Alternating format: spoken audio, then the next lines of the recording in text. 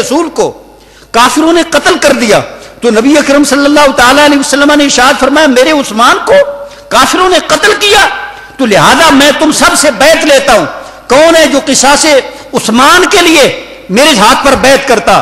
تو لوگوں نے جو بیعت کی اس میں اگر حضرت عثمان غنی رضی اللہ تعالیٰ عنہ شامل نہیں ہے تو یہ اعزاز ہی حضرت عثمان غنی کے لیے ہے کہ یہ ساری بیعت کا سبب ہی جناب عثمان غنی رضی اللہ تعالیٰ عنہ ہے. اب لوگ یہ کہتے ہیں کہ اگر نبی اکرم صلی اللہ تعالیٰ علیہ وسلم کو یہ پتا ہوتا کہ عثمان غنی رضی اللہ تعالیٰ عنہ زندہ ہیں تو حضور بیعت کیوں لیتے؟ قرآن کریم کی آیہ کریمہ پھر دیکھیے، ایک رکوع پیچھے چلیے، سورہ فتح رب تعالیٰ ارشاد فرماتا ہے ان الذین یبایعونک انما یبایعون اللہ ید اللہ فوق ایدیہم. ایک ہاتھ نبی اکرم صلی اللہ تعالیٰ علیہ وسلم کے نیچے تھا، دوسرا ہاتھ سارے صحابہ کے اوپر ہاتھ رکھے جاتے تھے اور اوپر سرکار نے اپنا ہاتھ رکھا ہوا تھا. اب رب تعالیٰ نے اس بیعت پہ تبصرہ فرمایا، ارشاد فرمایا اے نبی صلی اللہ علیہ وسلم ان الذین یبایعونک، بے شک وہ لوگ جو آپ کی بیعت کرتی ہیں، انما یبایعون اللہ، وہ در حقیقت رب تعالیٰ کی بیعت کرتے ہیں. ظاہری طور پہ ان کے ہاتھوں پہ حضور کا ہاتھ ہے، ایک ہاتھ اوپر ہے ایک ہاتھ نیچے ہے، لیکن رب تعالیٰ فرماتا ہے ید اللہ فوق ایدیہم، ان کے ہاتھوں پہ اللہ کا ہاتھ ہے، ان کے ہاتھوں پہ اللہ کا ہاتھ ہے. اور نبی اکرم صلی اللہ تعالیٰ علیہ وسلم نے سارے صحابہ سے بیعت لے کے پھر اپنے ہاتھ کو اپنے ہاتھ کے اوپر رکھا.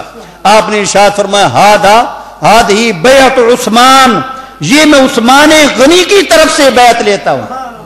حضور خود بیعت لے رہے ہیں.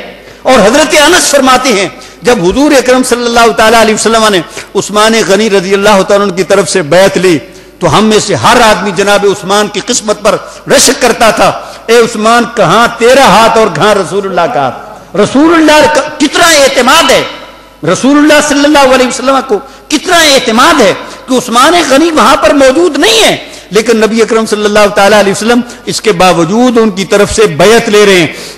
اور بعض علماء کرام نے یہاں پر ایک بڑی خوبصورت بات کی طرف توجہ دلائی. آپ کو میں یہ بات تفصیلاً کہنا چاہتا تھا کہ عثمان غنی رضی اللہ تعالیٰ کی سمت پر احسانات کیا کیا، ان میں سے خاص طور پر یہ احسان ہے کہ آپ جامع القرآن ہیں. یہ جو ہم خطبہ میں یہ 4 صحابہ کے نام لیتے ہیں نا، بکبکیہ صحابہ کے بھی، یہ کئی بار لوگ پوچھتے ہیں کہ عربی میں یہ تم کیا کہتے رہتے ہو. پہلے بھی میں نے ایک بار اس کا ترجمہ کیا. یہ ہم سب سے پہلے اللہ تعالیٰ کی حمد و ثنا کرتے ہیں اور یہ نبی اکرم صلی اللہ تعالیٰ علیہ وسلم کا طریقہ مبارک ہے. پھر نبی اکرم صلی اللہ تعالیٰ علیہ وسلم کی نبوت اور رسالت کی گواہی دیتے ہیں اور نبی اکرم صلی اللہ تعالیٰ علیہ وسلم پر صحیح صلاۃ والسلام پیش کرتے ہیں. اس کے بعد وصیت تقوی کی کرنے کے بعد پھر ہم یعنی اس کے متعلقہ میں تو یہاں پر یہ کرتا ہوں ہر خطبے میں جو کچھ یہ مفہوم ہوتا ہے اس کے قریب اس کا خلاصہ عربی زبان میں وہ عرض کر دیتا ہوں. جو آیات اور قرآنی اور جو احادیث طیبہ وہ سناتا ہوں اس کو عربی زبان میں بھی وہ بیان کرتا ہوں. اس کے بعد دوسرے خطبے میں ہم ان حضرات صحابہ کرام علیہم الرضوان کے القاب سمیت نام لیتے ہیں. نبی اکرم صلی اللہ تعالیٰ علیہ وسلم پر جب صلاۃ والسلام پیش کیا جاتا ہے تو اس میں القاب سمیت حضور کی اتباع میں، حضور کی متابعت میں ان پر صلاۃ والسلام پیش کرتے ہیں. اور ہم یہ کہتے ہیں افضل البشر بعد الانبیاء بالتحقیق سیدنا ابی بکر الصدیق، سارے بشروں میں سے انبیاء کے بعد بالتحقیق سب سے افضل جناب ابو بکر صدیق ہیں، ان پر بھی سرکار کی متابعت میں صلاۃ ہو. یہ کسی غیر نبی پر بالاصل نبی کا ذکر کیے بغیر صلاۃ بھیجنی جائز نہیں ہے. یہ شرعی مسئلہ، یہ نہیں کہہ سکتے اللہم صلی علی خالد، اللہم صلی علی شیخ عبد القادر جیلانی، اللہم صلی علی الحسن، یہ بھی نہیں. اگر آل رسول پہ صلاۃ بھیجنی ہے، اصحاب رسول پہ صلاۃ بھیجنی ہے تو یہ نبی علیہ الصلوۃ والسلام کی متابعت میں پہلے رسول کا ذکر ہوگا، اس کے بعد اس کے مطابق. یہ شرعی مسئلہ ہے. آج کل یہ سلام کسی کو بھی کہہ سکتے ہیں. بہرحال پھر اس کے بعد دوسرے نمبر پہ یہ کہتے ہیں کہ حضرت عمر فاروق رضی اللہ تعالیٰ عنہ، ان کے القاب ہم بیان کرتے ہیں مزین المنبر والمحراب. یہ محراب اور مصلی کو زینت دینے والے، محراب اور مصلی کو زینت دینے والے حضرت عمر فاروق رضی اللہ تعالیٰ عنہ. حضرت عثمان غنی رضی اللہ تعالیٰ کے القاب میں سے کامل الحیاء والایمان، ایمان اور حیا میں مکمل، جامع القرآن، قرآن کو جمع کرنے والے، قرآن کریم کو رب تعالیٰ نے نازل فرمایا اور ارشاد فرمایا انا نحن نزلنا الذکر وانا لہ لحافظون. 2-3 لفظوں میں یہ بات ختم کرتا ہوں, بہت خوبصورت بات ہے. یہ اللہ تعالیٰ نے ارشاد فرمایا اس قرآن کریم کو ہم نے نازل کیا اور ہم اس کے محافظ ہیں. حالانکہ یہ بات بالکل یہ تاریخی اعتبار سے اور احادیث طیبہ کی روشنی میں یہ پایا ثبوت تک پہنچتی ہے کہ نبی اکرم صلی اللہ تعالیٰ علیہ وسلم کے زمانے میں, ظاہری زمانے میں, یہ پورا قرآن اس طرح کتابی شکل میں مدون نہیں ہو سکا تھا.